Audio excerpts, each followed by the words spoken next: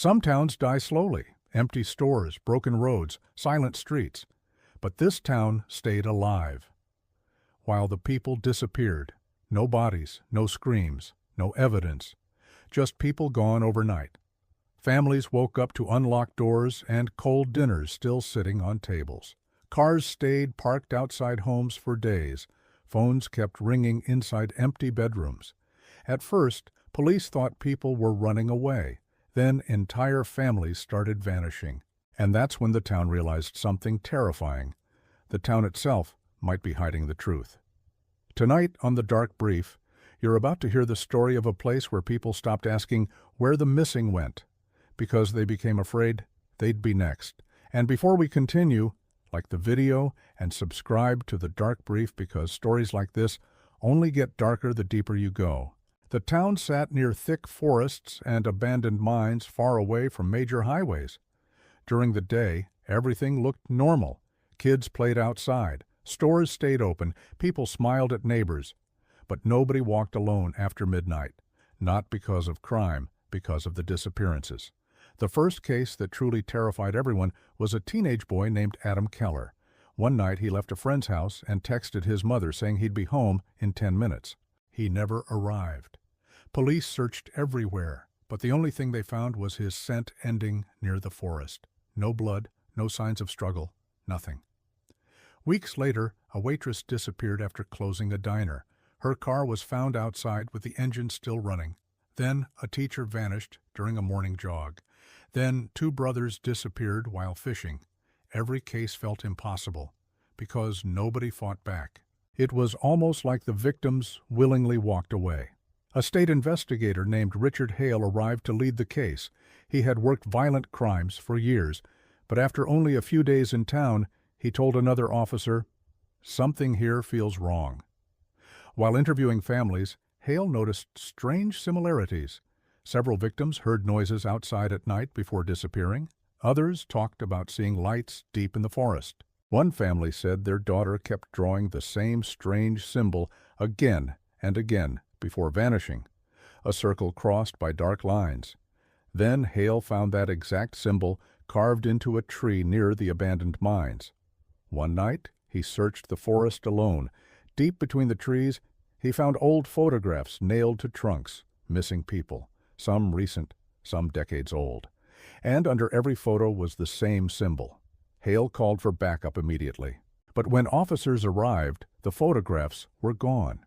Only empty nail holes remained. That was the moment Hale stopped believing this was a normal investigation. Back at the town archives, he discovered disappearances stretching back almost 70 years. The town had always been hiding something. Then another child vanished.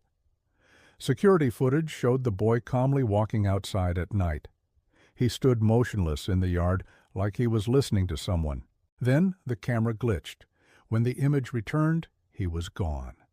Fear spread through the town instantly. People locked windows before sunset, churches filled with terrified families, stores closed early every night, and still more people disappeared.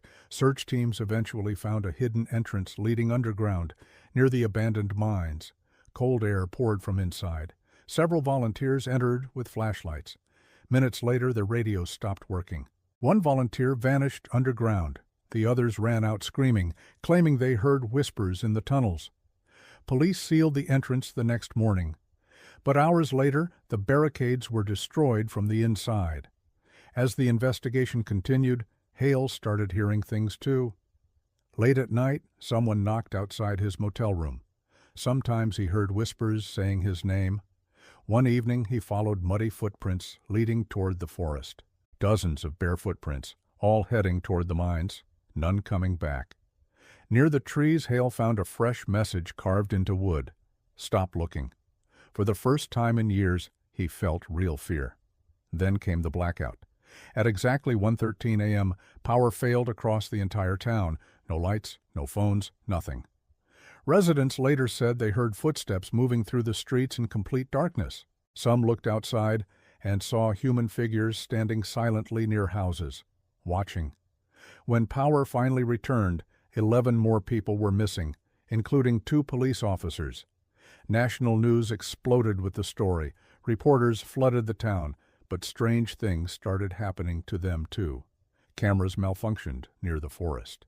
Audio recordings captured whispers nobody heard while filming. One reporter quit after claiming someone was standing behind the camera crew in the woods. Nothing was there, at least nothing visible. Richard Hale eventually discovered old maps showing hidden tunnels stretching far beneath the town. He became convinced something existed underground. So one night, he entered the tunnels alone, carrying cameras and recording equipment. Parts of his final recording later leaked online. At first, only footsteps echoed through the tunnels. Then Hale described finding a massive underground chamber filled with human belongings, shoes, wallets, children's toys, thousands of them. Then he saw figures standing in the darkness ahead.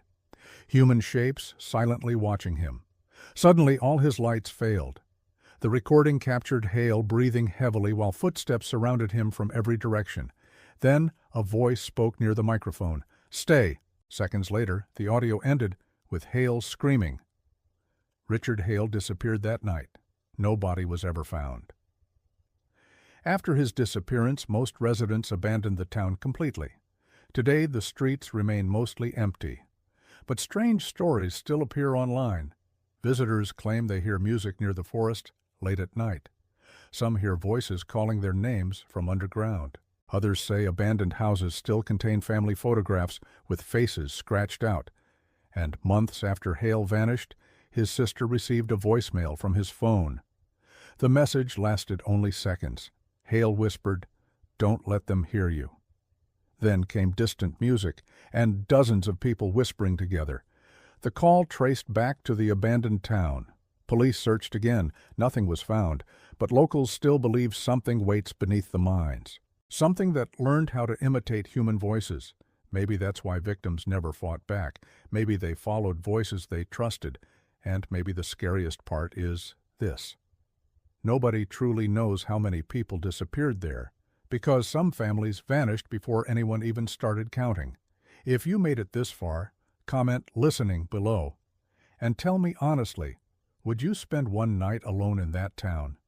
This has been the Dark Brief. And remember, some places don't let people leave.